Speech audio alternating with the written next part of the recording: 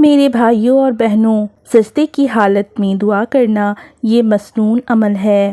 مسنون عمل کا مطلب ہوتا ہے جس کی بنیاد محمد صلی اللہ علیہ وسلم کے فرمان یا عمل پر ہے۔ یہ سنت ہے کیونکہ سجدے میں انسان اللہ کے بہت قریب ہوتا ہے۔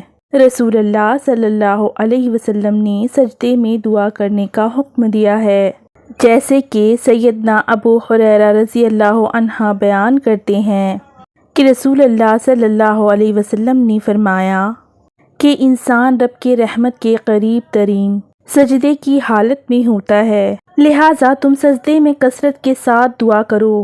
ایک دوسری حدیث میں سیدنا ابن عباس رضی اللہ تعالیٰ عنہ بیان کرتے ہیں کہ رسول اللہ صلی اللہ علیہ وسلم نے فرمایا، تم رکوع میں رب تعالیٰ کی عظمت بیان کرو، سجدے میں پوری لگن کے ساتھ دعا کرو، کیونکہ سجدے میں دعا قبولیت کے زیادہ لائق ہے۔ سیدنا ابو ہریرہ رضی اللہ تعالیٰ رسول اللہ صلی اللہ علیہ وسلم کے عمل کو بیان کرتے ہوئے فرماتے ہیں کہ رسول اللہ صلی اللہ علیہ وسلم سجدے میں یہ دعا پڑھا کرتے تھے، اللہم اغفر لی ذنبی کلی دقہ وذلہ واولہ وآخرہ وعلانیتہ وسرہ، جس کا ترجمہ ہے، اے اللہ میرے چھوٹے اور بڑے گناہ، پہلے اور بعد میں کیے گئے گناہ، ظاہری اور مخفی گناہ سارے کے سارے معاف فرما دے۔ ان احادیث مبارک سے پتہ چلتا ہے کہ میرے بھائیوں اور بہنوں کہ انسان کو فرض اور نفل نمازوں میں سجدے کی حالت میں کثرت کے ساتھ دعا کرنی چاہیے،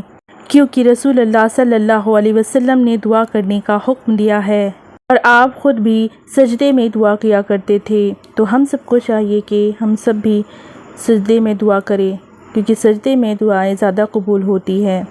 ویڈیو اچھا لگا ہو تو شیئر ضرور کریے گا۔ Thank you so much.